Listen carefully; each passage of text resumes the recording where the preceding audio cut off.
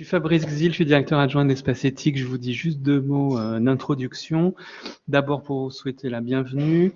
Ensuite, pour rappeler que le travail qu'on va vous présenter, que la réflexion qui est menée ici, elle s'inscrit dans un ensemble de travaux que, sous l'impulsion d'Emmanuel Hirsch, l'Espace Éthique a mené dès le tout début de la pandémie, février-mars 2020. On s'est organisé très vite autour de ce qu'on appelait un observatoire éthique Covid, qui a mené plusieurs actions, et notamment d'aller au-devant de vous, d'aller au-devant de ceux qui étaient en première ligne, en faisant des retours d'expérience dès que la pandémie l'a permis, et sur le plus long terme, le travail qu'on va vous présenter, que Anne-Caroline et Paul Loup ont mené d'entretien approfondi auprès de 38 professionnels très différents pour essayer à la fois d'être attentifs à ce qu'ils avaient à dire, de le faire vite, parce qu'on a tous le sentiment de commencer à oublier ce qui s'est passé ou certains éléments.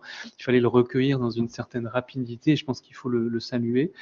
2 choses qu'on a notées, en tout cas que moi je retiens un peu de propos général, c'est qu'il me semble que de beaucoup de témoignages ressortent le fait que les professionnels du soin et de l'accompagnement, ils ont été encore plus que d'habitude dans une situation de tension importante entre ce que les exigences de la pandémie demandaient, et puis les valeurs dont ils ont été porteurs ou les principes qui leur tenaient à cœur. Et on a eu un peu partout des soignants qui nous ont dit qu'il fallait à ces moments-là, et notamment en première vague dont on va parler ce soir, aller à l'essentiel et préserver l'essentiel, ne pas lâcher, même dans une situation totalement inattendue, atypique. Et je trouve que cette idée de préserver l'essentiel est un des fils conducteurs du travail. La deuxième chose qui, moi, me frappe, c'est que on a dans les témoignages, on a des témoignages extrêmement variés, je pense qu'Anne-Caroline va le rappeler. On a certains soignants qui ont vécu par moments un sentiment d'enthousiasme, un sentiment de devoir accompli, un sentiment d'être à sa place, et aussi beaucoup d'épuisement, de fatigue, de désenchantement, de colère, de sidération, d'étonnement, et puis aussi de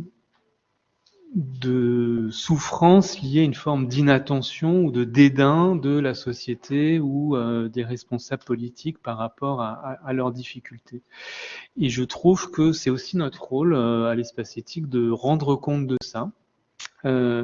Et de ce point de vue, le titre, moi je souligne juste de ce document le titre, les mots vécu et analyse.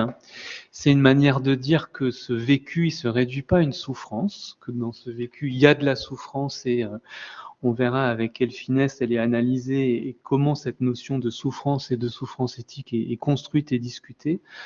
Mais non seulement le vécu se réduit pas à une souffrance, et puis il se réduit pas à des éprouvés, il y a des analyses aussi, des réflexions, des jugements, y compris parfois dans des sentiments de colère qui sont exprimés.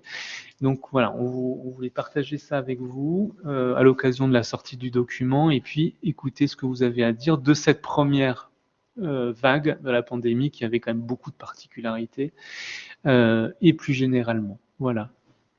Merci à beaucoup. vous. Ouais. Merci.